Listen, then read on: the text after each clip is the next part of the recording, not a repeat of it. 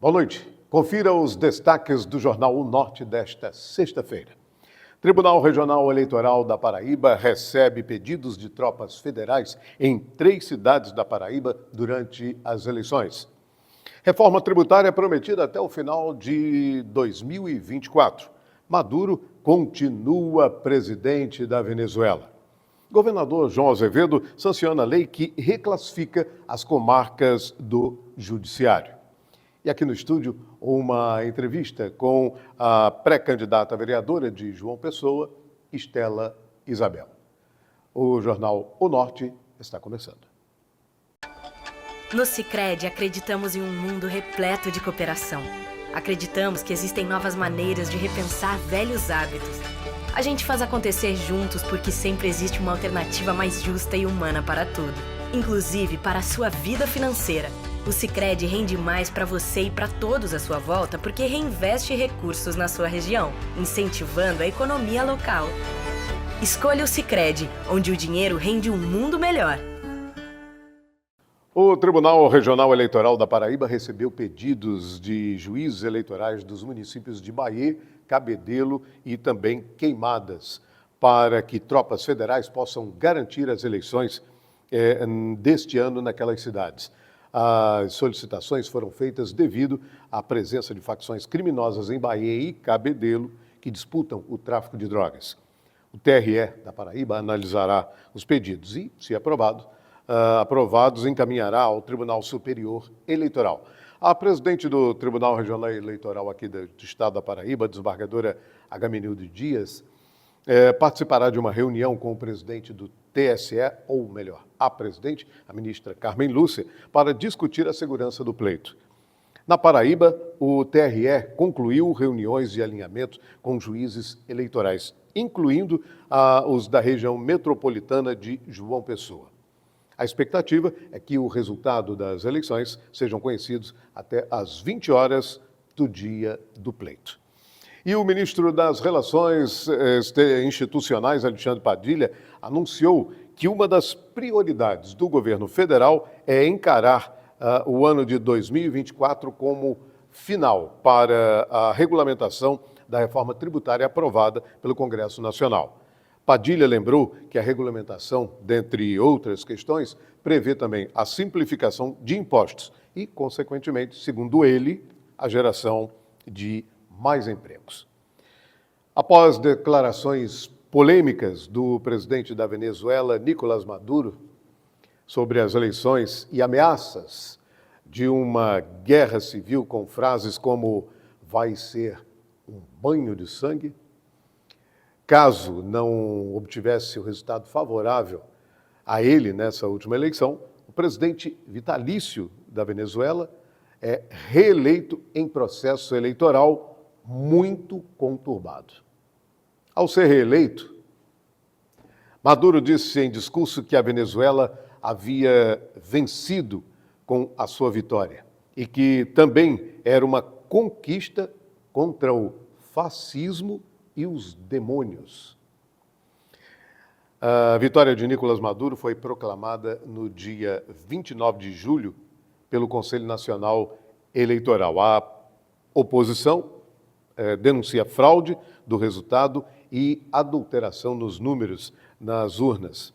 Aliado histórico de Maduro, o presidente do Brasil, Lula, ele cobra uma divulgação através de atas para reconhecer o resultado, embora o partido dele, o PT, tenha publicado uma nota defendendo o processo eleitoral e o resultado que obtiveram. Grande parte da população da Venezuela não concorda com esse resultado.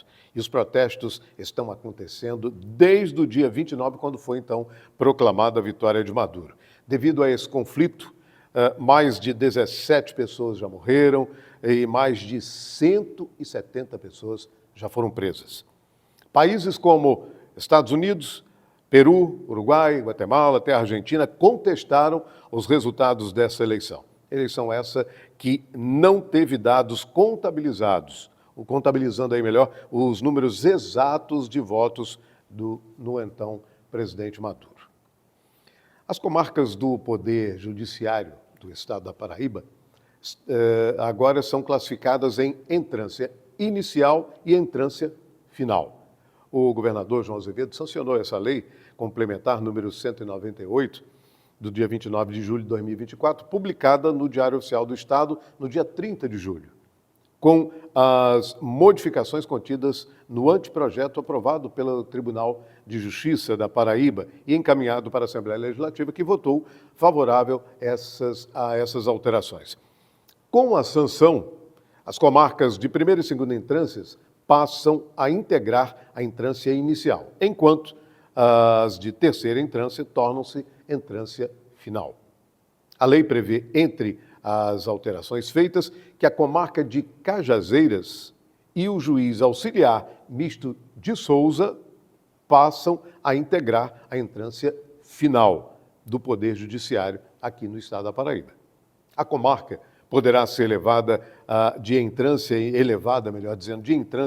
inicial para a entrância final quando contiver população mínima de 100 mil habitantes, número mínimo de 30 mil eleitores, receita tributária equivalente a 20 vezes a exigida para a criação do município no estado, número de 3 mil feitos judiciais distribuídos nos últimos 12 meses anteriores à elevação. O presidente do Tribunal de Justiça, desembargador João Benedito da Silva, destacou que a mudança na estrutura judiciária vai permitir uma melhor distribuição dos magistrados e de também recursos no primeiro grau de jurisdição, com adequação às reais necessidades de cada região. Daqui a pouco a gente vai bater um papo com a pré-candidata à Câmara Municipal de João Pessoa, Estela Isabel. Voltamos daqui a pouquinho. Até já.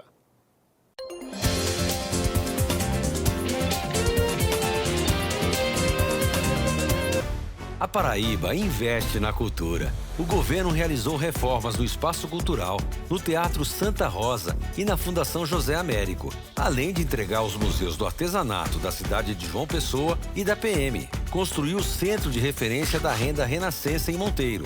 Entregou a Biblioteca Augusto dos Anjos, a Escola de Artes Poeta Juca Pontes e concluiu o Teatro Santa Catarina em Cabedelo. Viva nosso melhor momento na cultura.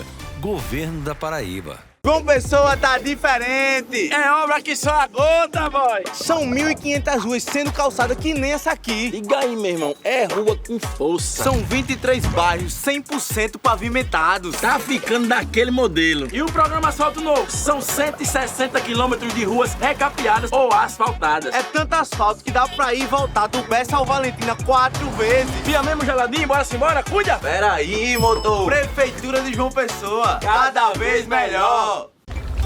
Participe do Orçamento Democrático 2024. Sua opinião é fundamental para definir as obras e ações que serão feitas pelo Governo do Estado em todas as regiões. As plenárias acontecem de 3 de maio a 13 de julho, presencialmente e pela internet. Você também pode participar de onde estiver acessando votaçãoode.pb.gov.br. Confira o calendário e participe. Orçamento Democrático. Sua voz, nosso futuro.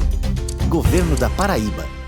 João Pessoa tá diferente. Tá com a casa arrumada. Casa e apartamento. Aqui na Avenida Beira Rio estão sendo construídos 3 conjuntos. Com 747 apartamentos. Tá com a mizenga. Dá pra tu, boy. E aqui em Paraty, que tá nascendo o primeiro residencial quilombola do Brasil. Diga aí, boy, que massa. Sem falar nas reformas que já começaram e vão beneficiar mais de 1.200 famílias. Tá diferente demais, ó. Prefeitura de João Pessoa. Cada vez melhor. No Sicredi, acreditamos em um mundo repleto de cooperação. Acreditamos que existem novas maneiras de repensar velhos hábitos. A gente faz acontecer juntos porque sempre existe uma alternativa mais justa e humana para tudo, inclusive para a sua vida financeira. O Sicredi rende mais para você e para todos à sua volta porque reinveste recursos na sua região, incentivando a economia local. Escolha o Sicredi, onde o dinheiro rende um mundo melhor.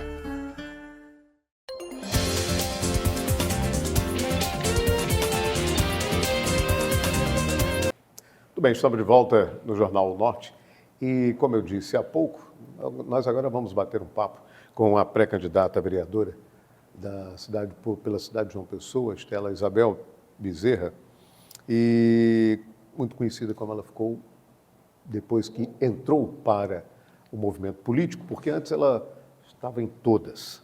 Você, Estela, é uma jornalista de formação e a gente que acompanhava, principalmente a parte social, a parte cultural, lá estava a Estela. E ela, Estela Isabel, para lá, Estela, depois ela ficou conhecida mais como Estela Bezerra, que foi a sua marca como política propriamente dita. E eu vou conversar com ela agora o seguinte, ela foi deputada estadual por 2 legislaturas, também foi secretária, foi candidata até à prefeitura da capital e agora pleiteia uma vaga na Câmara Municipal de João Pessoa. Até onde existe uma diferença de ser deputada e ser vereadora? Existe uma diminuição no patamar ou não? Ou a responsabilidade é maior ainda por ser uma pré-candidata ou por ser um vereador, não o caso dela, que ainda não foi submetida ao sufrágio? O que é importante para uma capital? Para um vereador trabalhar para uma cidade belíssima como João Pessoa? Muito bem. Estela, primeiro quero lhe agradecer pelo convite que fizemos e você o respondeu prontamente. Muito obrigado por você ter aceito esse convite. E eu queria que você mantivesse essa espécie de balança. Você foi deputada estadual, teve uma atuação muito marcante, e depois, agora, pleiteia esse cargo de vereadora da nossa capital. Qual o peso de uma e o peso da outra? Seja muito bem-vinda. Boa noite. Boa noite. Minha gratidão, eu que agradeço por estar aqui, Aldo, e ao mesmo tempo lhe saúdo e parabenizo pela trajetória, pela carreira que você tem, que está no jornalismo há tanto tempo, com tanta seriedade, e também por esse canal, né, que é um novo canal, um novo espaço de falar sobre o que é importante na vida das pessoas. A comunicação é um dos eixos de direitos, ter acesso à informação correta é uma das lutas atuais, é um dos debates atuais, e você sempre como um jornalista sério, um apresentador sério, honrando a nossa categoria, já que Obrigado. Você me disse, já me apresentou aí Isso. como uma jornalista de formação e também de atuação. De atuação, sim. Eu considero que a vereança, ela é a função primeira de quem começa uma trajetória política. A unidade real onde nós vivemos é a cidade. O país é uma abstração, o Estado é uma abstração. A unidade real, onde você tem o número da sua casa, o nome da sua rua, o nome do seu bairro, é dentro da cidade. Então, os primeiros problemas que a gente vive e os primeiros direitos que nos são usurpados está no âmbito da cidade. Então, o direito de ir e vir, quando você não tem um transporte público que passa na sua casa, que passa no seu bairro, quando você não tem um sistema de trânsito organizado, onde eu lembro que em João Pessoa a gente não tinha a faixa de pedestre. O direito ao pedestre de atravessar a rua não era garantida. Ela começou a ser garantida em 2005 com a gestão de Ricardo, onde eu também estreei a minha vida política. Você foi secretária, né? Naquele momento você foi secretária Fui secretária das mulheres. Secretária das mulheres. Ah, okay, eu começo sendo indicada pelo Movimento de Mulheres para ser secretária das mulheres. E ali nós tínhamos um problema que era real, como ainda é, que é a violência contra a mulher, que não era tratada pelo Estado. Nós fomos a primeira gestão e eu tive o prazer, o orgulho e até o privilégio de ser a primeira secretária do primeiro mecanismo de governo que tratava das questões específicas das mulheres, e não é pouca coisa. A mulher representa 51% da população de João Pessoa e da Paraíba, e nós não tínhamos um equipamento que tratasse ou que recebesse ou acolhesse as mulheres vítimas de violência.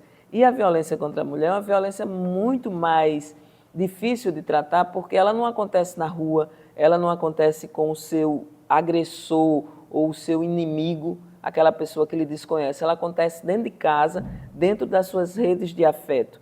Então é muito mais difícil você lidar com essa violência. Antigamente as mulheres tinham vergonha de falar, né, que eram vítimas de violência. Chegavam espancadas e diziam que tinha sofrido uma queda, que tinha batido a cabeça na porta, quando na verdade tinha sido espancada pelo seu marido, pelo seu ex-marido. E aí nós colocamos na cidade de João Pessoa o primeiro centro de referência da atenção às mulheres vítimas de violência, ofertando serviço jurídico, psicológico e de assistência social, porque muitas vezes a mulher permanece nesse ciclo de violência porque não tem autonomia financeira. Então, esses são problemas da cidade. Outra questão da cidade, E creche. tudo passa pela Câmara Municipal, Tudo passa né? pela Câmara, porque passa pelo orçamento público e tudo passa pela gestão do município. Se você tem filhos e filhas e você trabalha, sua esposa trabalha, ou você é a única mãe, muitas famílias só têm a mãe como chefe, né, de família, e essa mulher não pode sair de casa e deixar os filhos com segurança. Então, a política de creches, que foi ampliada com o Ricardo e que foi qualificada e mais ampliada com o Luciano Cartacho, são políticas que favorecem a proteção da criança, mas favorecem a proteção das mulheres e favorecem o desenvolvimento econômico do município. Política de praças, isso é política do município. Isso não é questão de deputada, é questão de vereança, é questão da administração municipal. Quando você tem uma praça perto da sua casa, você tem um espaço de lazer que você pode ir andando. Às vezes você está com a cabeça quente dentro de casa, vai dar uma volta na praça, você ameniza aquela situação de tensão doméstica. Às vezes você está com a criança que no contraturno da escola não tem o que fazer, mas você tem na praça um parquinho, você leva seu filho, sua filha ao parquinho de tarde, ele tem condição de fazer um lazer e ter a saúde mental e a saúde da família garantida. Você tem na praça, como nas praças feitas por Ricardo, o anfiteatro, que é um lugar onde a meninada, a juventude e até as pessoas que produzem cultura, e eu e você sabemos o quanto cultura é fundamental não só para a identidade, mas para a saúde mental, para o fortalecimento dos nossos valores. E aí você tem ali na praça, à noite, uma apresentação de repente, uma apresentação de rap, as batalhas da juventude, os slams que acontecem. Tudo isso faz com que a gente tenha uma qualidade de vida elevada. Se você tem árvores, hoje a gente está vendo arrancarem árvores e fazerem pistas. A gente precisa de pista, mas a gente precisa, sobretudo, de árvores. O nosso meio ambiente, João Pessoa, é uma cidade linda, como você disse, e agradável de viver, porque aqui, apesar do clima quente, nós temos duas coisas importantes. Nós temos arborização, e ela está sendo suprimida, e nós temos uma ventilação natural do mar, que não é impedida por uma barreira de prédios, como é Boa Viagem, como é em Fortaleza, como é no Rio de Janeiro, porque aqui em João Pessoa nós temos um controle do escalonamento da altura dos prédios na orla. Então, tudo isso é interesse da cidade. Transporte, lazer, qualidade da educação, qualidade da saúde. Ontem mesmo eu estava conversando com um grupo ali de pessoas do Oitizeiro, bairro dos Novais, ali naquela grande Cruz das Armas. Aquela região é uma região primeira da cidade de João Pessoa. João Pessoa, ela nasce com um vetor indo para Campina Grande e um vetor indo para Recife. Então, ali, aquele eixo daqui onde nós estamos, do centro da cidade até Cruz das Armas, é a primeira cidade, é as primeiras casas, os primeiros aglomerados humanos. Ali a gente ainda tem um problema de infraestrutura. Foram feitas muitas casas que eram de barro, e substituídas por casa de alvenaria. Começou no governo de Ricardo, ampliou no governo de Luciano, mas agora nós temos uma estagnação, não teve uma habitação de interesse social construída. Então, nós estamos com esse pleito do meu nome, que é um nome que já foi deputado estadual por 2 mandatos, que sou, na verdade, a primeira suplente de deputada federal, fui a deputada federal mais votada da Paraíba, a mulher mais votada da Paraíba, mas a Paraíba não elegeu nenhuma mulher, como Amazonas e Tocantins, só 3 estados não elegeram mulheres. E eu me sinto muito honrada, porque lá em 2012, quando eu fui alçada à condição de candidata a prefeita, eu era para ser candidata a vereadora. Ainda cheguei a fazer meu pré-lançamento de campanha como candidata a vereadora. Hoje, eu estou aqui apresentando meu nome para a primeira função, que é a função nobre de representar os interesses da população de João Pessoa. Você sempre esteve no debate favorável sempre aos direitos humanos. E você teve muito envolvido com a cultura, você teve um envolvimento com a classe de LGBT e tudo mais, você sempre estendeu as mãos para todos esses segmentos da sociedade. Você acha que um vereador tem apenas essas preocupações ou também tem que ter com tudo que você diz, com as árvores, com as praças e por aí vai? A gente tem uma relação direta com o orçamento, né? Então, toda a política de saúde, de educação, de assistência, de meio ambiente, de infraestrutura, passa pelo orçamento público que é aprovado e controlado pelo vereador, pela vereadora, nesse caso. Ao mesmo tempo, a gente tem dentro da sociedade uma discriminação a esses grupos que nós falamos aqui. As mulheres são discriminadas, a negritude é discriminada, a população LGBT é discriminada, criança e adolescente vulnerável e pobre é discriminada, idoso é discriminado, pessoa com deficiência é discriminado. Então, a gente, quando pensa a cidade, se a gente pensar a cidade para o idoso, por exemplo, para a idosa, a gente tem uma cidade mais acessível e melhor para todo mundo. Se a gente pensar a cidade protegendo a criança e o adolescente, a gente vai ter uma cidade mais protegida para todo mundo. Então, a medida dessa cidade, a medida do serviço de saúde, a medida do serviço de educação, ela tem que ser voltada para esses segmentos. Quando você fala da população LGBT, você fala de uma população que desde jovem, principalmente a população T, que é transexual, logo cedo começa a ser violada nos seus direitos, violada até nos direitos de continuar a escola. É muito grande a evasão. O desrespeito é muito grande também. Exatamente. Eu acompanhei aqui um caso de Ana Sofia. Ana Sofia, uma menina de 16 anos, eu acho que toda a imprensa acompanhou, de um policial reformado. Quando a gente fala policial reformado, é um policial que foi afastado das suas funções. Geralmente ali, muito da milícia que existe hoje é feita por ex-policiais reformados, que tem direito à arma, mas que foi afastado da polícia por indisciplina, por agressão, por não ter um perfil psicológico adequado a um servidor que deveria ser defensor da segurança pública. Ele mesmo é uma ameaça à segurança pública.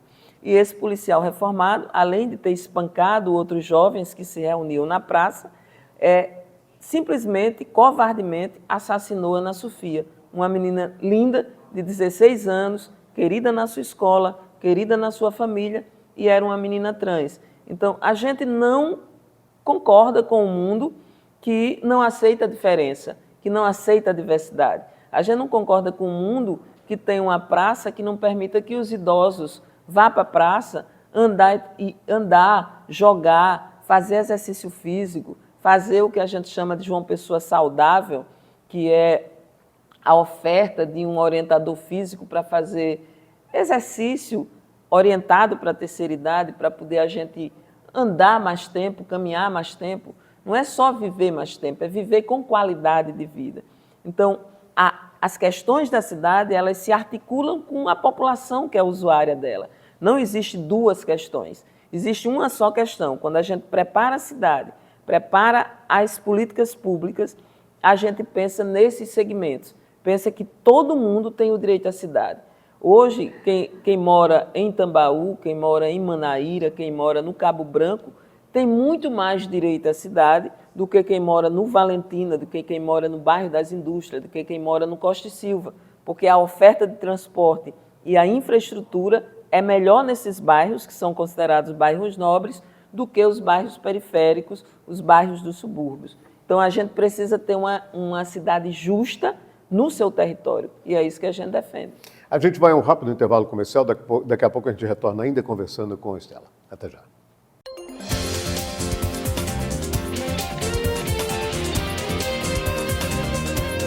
A Paraíba investe na cultura. O governo realizou reformas no Espaço Cultural, no Teatro Santa Rosa e na Fundação José Américo, além de entregar os museus do artesanato da cidade de João Pessoa e da PM. Construiu o Centro de Referência da Renda Renascença em Monteiro. Entregou a Biblioteca Augusto dos Anjos, a Escola de Artes Poeta Juca Pontes e concluiu o Teatro Santa Catarina em Cabedelo. Viva nosso melhor momento na cultura. Governo da Paraíba. João Pessoa tá diferente. É obra que só a gota, boy. São 1.500 ruas sendo calçadas que nem essa aqui. Liga aí, meu irmão. É rua com força. São 23 bairros 100% pavimentados. Tá ficando daquele modelo. E o programa Asfalto Novo? São 160 quilômetros de ruas recapeadas ou asfaltadas. É tanto asfalto que dá pra ir e voltar do Bessa ao Valentina 4 vezes. Via mesmo geladinho, bora simbora, cuida! Pera aí, motor. Prefeitura de João Pessoa. Cada vez melhor. Participe do Orçamento Democrático 2024. Sua opinião é fundamental para definir as obras e ações que serão feitas pelo Governo do Estado em todas as regiões. As plenárias acontecem de 3 de maio a 13 de julho, presencialmente e pela internet. Você também pode participar de onde estiver acessando votação.ode.pb.gov.br. Confira o calendário e participe. Orçamento Democrático. Sua voz, nosso futuro. Governo da Paraíba. João Pessoa tá diferente. Tá com a casa arrumada. Casa e apartamento. Aqui na Avenida Beira Rio estão sendo construídos 3 conjuntos. Com 747 apartamentos. Tá com a mizenga. Dá pra tu, boy. E aqui em Paraty, que tá nascendo o primeiro residencial quilombola do Brasil. Diga aí, boy, que massa. Sem falar nas reformas que já começaram e vão beneficiar mais de 1.200 famílias. Tá diferente demais, ó. Prefeitura de João Pessoa. Cada vez melhor. No Sicredi, acreditamos em um mundo repleto de cooperação. Acreditamos que existem novas maneiras de repensar velhos hábitos. A gente faz acontecer juntos porque sempre existe uma alternativa mais justa e humana para tudo, inclusive para a sua vida financeira. O Sicredi rende mais para você e para todos à sua volta porque reinveste recursos na sua região, incentivando a economia local. Escolha o Sicredi, onde o dinheiro rende um mundo melhor.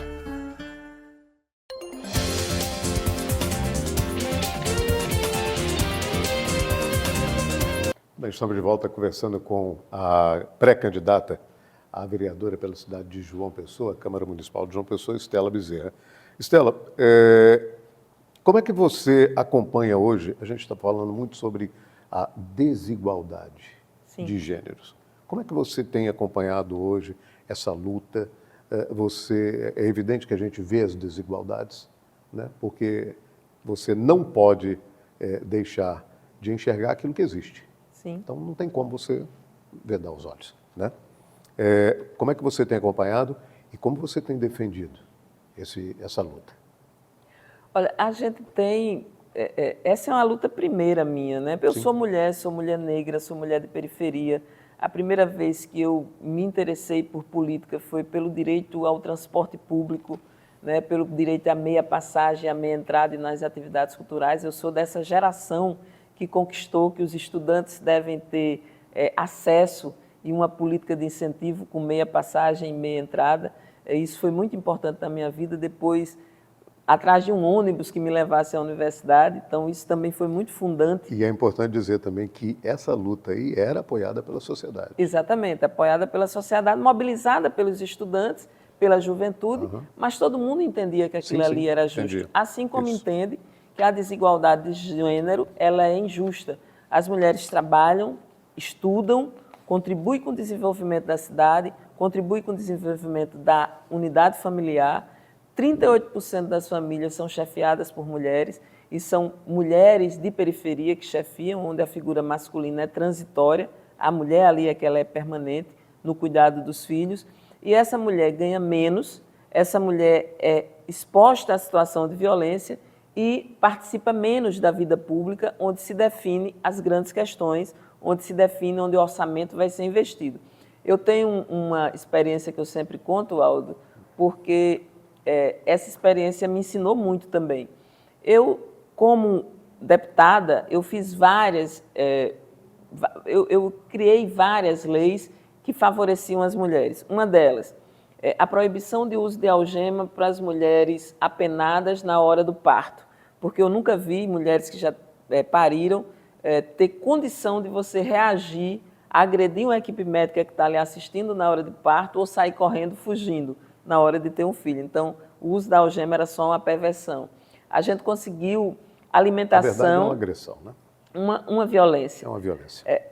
A gente conseguiu alimentação para acompanhante de idosos, de pessoas com deficiência e de criança e adolescente até 18 anos em hospitais públicos e privados.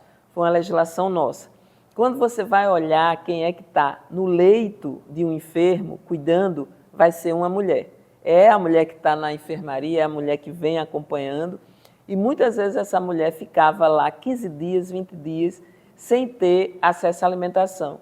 Vi muitas vezes ali no Edson Ramalho, acompanhando meu pai, que ficou 11 dias interno, eu e minha irmã, as famílias saírem, as mulheres saírem para comprar biscoito creme crack no fiteiro da esquina para tomar com café e passar 15 dias ali na hora do almoço se alimentando com aquilo. Então essa legislação, ela é uma legislação que beneficia todo mundo, mas beneficia principalmente as cuidadoras, que são as mulheres. A gente garantiu que o aleitamento materno, não sei se você acompanhou, mas houve situação em que mulher estava em espaço público amamentando. A amamentação é um direito fundamental. A amamentação tem que ser protegida. E aí as pessoas começaram a ignorar e a dizer que a mulher tinha que se cobrir, que a mulher tinha que sair dali, que aquilo ali era uma atitude libidinosa. E não é, né? Não é um ato, existe, não é um ato. Não é um ato que vá desmoralizar ninguém. Ao contrário, é um ato que todo mundo tem que se voltar aliás, é e um proteger. dos atos mais bonitos que existe, é a mãe amamentando o seu filho. Exatamente. E necessário. Claro. Bom para a saúde da mulher, Sem dúvida. porque evita inclusive, diminui a incidência de câncer de mama, que é um dos grandes motivos de morte, o segundo maior motivo de morte de mulheres, e também a saúde da criança, Claro. que vai crescer com muito mais... Com a imunidade com a mais imunidade garantida. Isso. Então, a gente fez legislação que fez com que toda a legislação que garante hoje o absorvente higiênico, aí é essa que eu gosto de contar a história, para você ver a diferença e a discriminação que existe quando a mulher não está no espaço político. Existem dois espaços onde persiste a discriminação contra a mulher. O grande índice de violência, porque as mulheres são mortas por serem mulheres, e a ausência das mulheres no espaço político.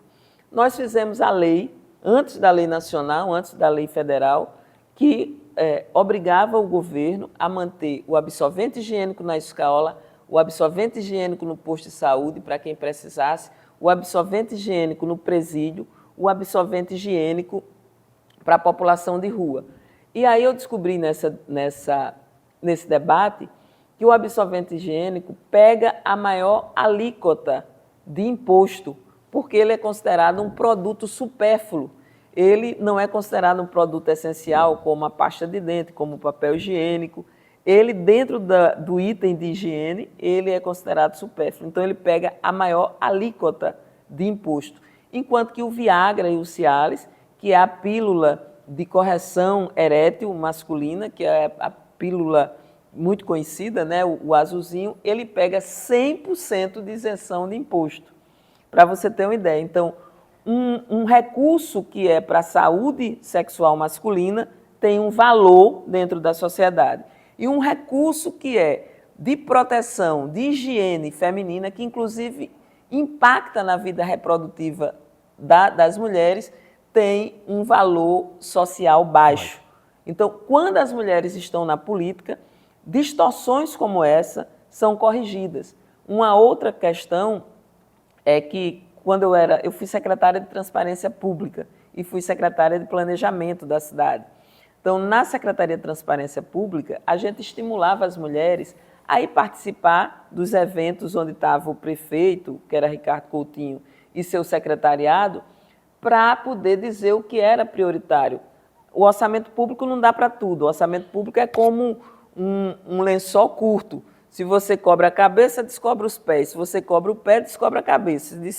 Se vira para o lado, fica as costas descobertas. Se vira por outro, fica a barriga descoberta. Então, a gente tem o tempo inteiro que está ajustando essas necessidades. Você ajusta melhor quando você dialoga com a população, porque quem sabe o problema que vive é quem mora naquela localidade.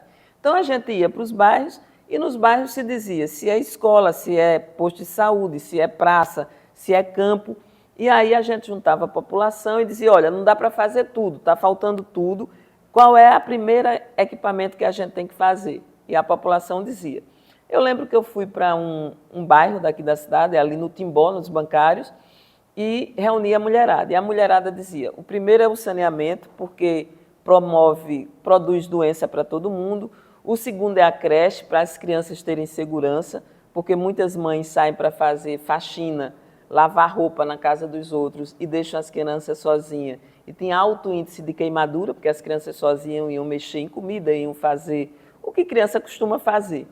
A terceira é o posto de saúde, porque o posto de saúde funcionava no Bancários e do Timbó tinha que subir uma ladeira e muitas idosas e pessoas com deficiência sofriam muito nesse trânsito. E aí, por fim, elas pediam uma lavanderia coletiva, porque muitas mulheres viviam da lavagem de roupa e isso ia ajudar na economia das famílias. Aí chegou o presidente da associação, girando a chave do carro, e disse que o mais importante era a pavimentação da rua, e eu perguntava por quê, ele dizia porque o carro dele sujava no período da chuva. Todos os itens era necessário, inclusive a pavimentação, mas você via dentro da lógica das mulheres um tipo de preocupação que era coletiva, enquanto que no interesse daqueles presidente da associação, ele tinha uma preocupação que estava mais ligada ao problema individual dele. Então, quando a mulher está na política, a gente tem uma visão muito mais ampla. O nosso bem-estar não é um bem-estar individual, é um bem-estar dos filhos, é um bem-estar dos idosos, é um bem-estar da comunidade. E esse valor precisa estar na política. Hoje, em João Pessoa, de 27 cadeiras, só tem uma cadeira ocupada por mulher. Então, a gente precisa ampliar a presença das mulheres e precisa ampliar a presença de mulheres de periferia que sabem o que é na pele a necessidade de um bom serviço público. Estela, nós estamos chegando ao final do nosso bate-papo, mas eu queria te fazer ainda uma última pergunta. Eu recentemente conversei numa entrevista aqui com o ex-governador Ricardo Coutinho e toquei nesse assunto porque é um assunto importante. E eu gostaria de tocar também com relação a você, até porque você está se lançando como pré-candidata à vereadora da capital e, naturalmente, esse assunto pode até vir a ser debatido nas rodas. Com relação à Operação Calvário, você foi citada na operação para investigar e tal. É uma coisa que pode lhe causar algum prejuízo na disputa pela Câmara Municipal ou você acha que isso passa desapercebido? Eu acho que isso causou um prejuízo na minha vida como um todo, né? Até hoje eu não tive a oportunidade de ser ouvida. Eu espero ansiosa por ter a oportunidade de ser defendida ou que eles provem alguma coisa, né? Porque a gente passou 5 anos com esse peso nas costas, realmente é um calvário, o calvário que Jesus passou, que é produto da injustiça humana, né? A gente chama isso de lawfare, que é o uso da lei como uma ferramenta de guerra. A gente viu isso no lavajatismo, a gente viu o presidente Lula ser preso 580 e poucos dias sem ter uma comprovação. Agora a justiça está provando uma por uma que houve uma manipulação. Eu tenho clareza de que houve uma manipulação muito grande aqui na Paraíba com relação a essa operação e a esse processo. Eu não acredito que tenha mais nenhum tipo de... A população tem clareza de quem trabalhou. Veja bem, o que se diz que desviou da saúde, quando tivemos o governo que fez o metropolitano, que ampliou, duplicou o número de leitos do trauma, botou o trauma de Campina Grande para funcionar, criou o Hospital do Câncer, só na saúde, criou o Hospital do Câncer em Patos, fez reforma e modernização de toda a rede hospitalar pública da Paraíba, que criou um sistema que é o programa do coração, né? O Círculo do Coração, que trouxe para João Pessoa a possibilidade das crianças aqui, Aldo, elas não faziam cirurgias cardíacas. Elas viviam numa fila da morte que esperavam ou ir para Natal, ou para São Paulo, ou para Recife, e a gente fez aqui um programa que hoje você tem assistência de cardiopatia, de cardiologia para crianças cardiopatas, crianças desde a hora da gestação. Então, isso transforma a vida das pessoas. Então, a gestão que fez o dinheiro aparecer foi chamada de corrupta, quando não tem uma prova. O que existe é uma delação premiada, onde o camarada que é responsável por tudo isso está lá em Portugal, porque fez negociação para viver bem, enquanto que a categoria política, que vem de uma trajetória diferenciada, que foi uma das melhores gestões de João Pessoa e a melhor gestão da Paraíba, que tirou 54 cidades do isolamento, é responsabilizada por uma coisa que ninguém prova que foi feita. Faz 5 anos que a gente carrega essa cruz e eu tenho certeza que isso vai ser revelado como a maior vergonha do sistema de justiça da Paraíba. Não tenho dúvida disso. Quero só a oportunidade de ser ouvida dentro do sistema de justiça. E eu espero que isso um dia aconteça. Estela, muito obrigado pela entrevista. Que você tenha aí uma caminhada firme aí até a candidatura, né? Porque ainda vai passar pelo processo de candidatura, você está como pré-candidata. Muito obrigado mais uma vez pela entrevista e espero que outras vezes a gente possa bater um papo aqui. Eu que agradeço, no Jornal Norte. Eu que agradeço. Foi uma conversa muito rica, muito profunda. Você me provocou muitas questões e eu espero que quem esteja nos assistindo, meu abraço, minha saudação a vocês. Pensem nessas questões e vão avaliando aí. Eu tenho as minhas redes sociais, Estela Bezerra Oficial. Quem tiver a oportunidade de acessar, pode conhecer ali toda a minha trajetória e todas as ideias que nós temos para João Pessoa. Ok, obrigado. Gratidão. E o Jornal Norte vai ficando por aqui. Obrigado pelo carinho, obrigado pela audiência. Semana que vem estaremos de volta novamente. É claro que a gente espera por você. Boa noite, até lá, excelente final de semana.